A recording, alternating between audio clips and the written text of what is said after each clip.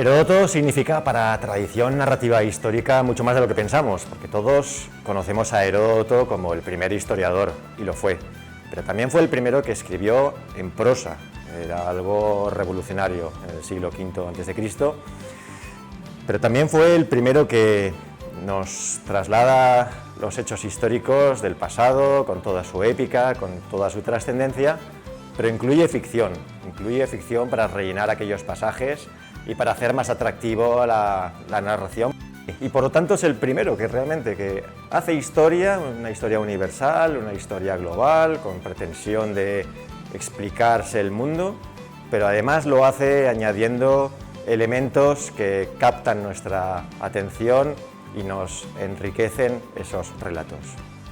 Pero podemos encontrar un ejemplo maravilloso en la literatura, porque es increíble cómo todos y cada uno de los géneros literarios que hoy en día están en vigor ya los tuvieron hace 2500 años. Todos, tanto en prosa como en verso. Pero es que además cada uno de los patrones por los que se rige cada uno de estos géneros literarios ya estaban entonces en marcha y los disecciona perfectamente Aristóteles en su poética y probablemente en otras obras que están perdidas de Aristóteles. Y por muchos intentos vanguardistas que hemos realizado, no hemos podido cambiar nada de esto.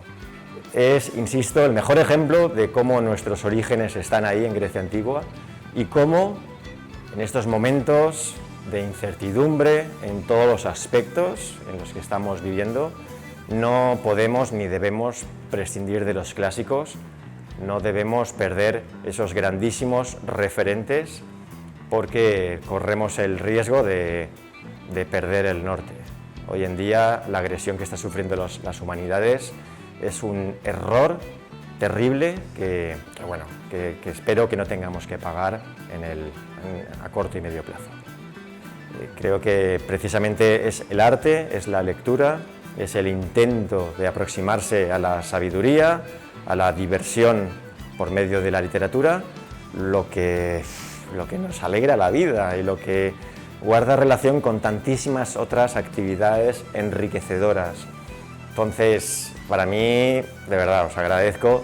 que no dejéis estos proyectos, que los llevéis adelante y estoy muy satisfecho de que me hayáis vuelto a invitar.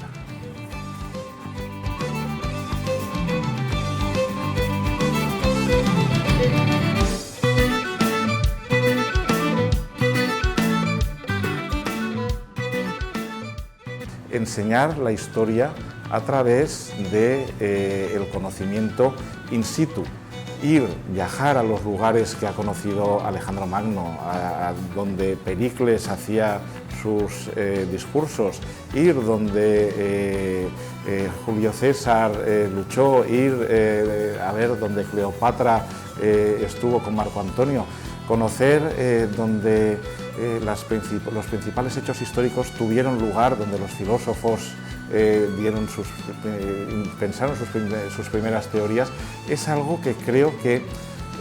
permite al viajero, permite a los amigos del Iber conocer mucho mejor, embeberse de la historia y ver cómo las ruinas pueden cobrar vida gracias al testimonio que con conferencias y con charlas les voy aportando en los viajes. La gente reacciona de diversas maneras cuando visita estos lugares, porque la verdad es que a mí me gusta visitar los mercados y los cementerios, porque es una forma de conocer de manera directa el pulso de las ciudades, el pulso de las sociedades y el pulso del pasado con la realidad del presente. Y es una estupenda forma de documentarse sobre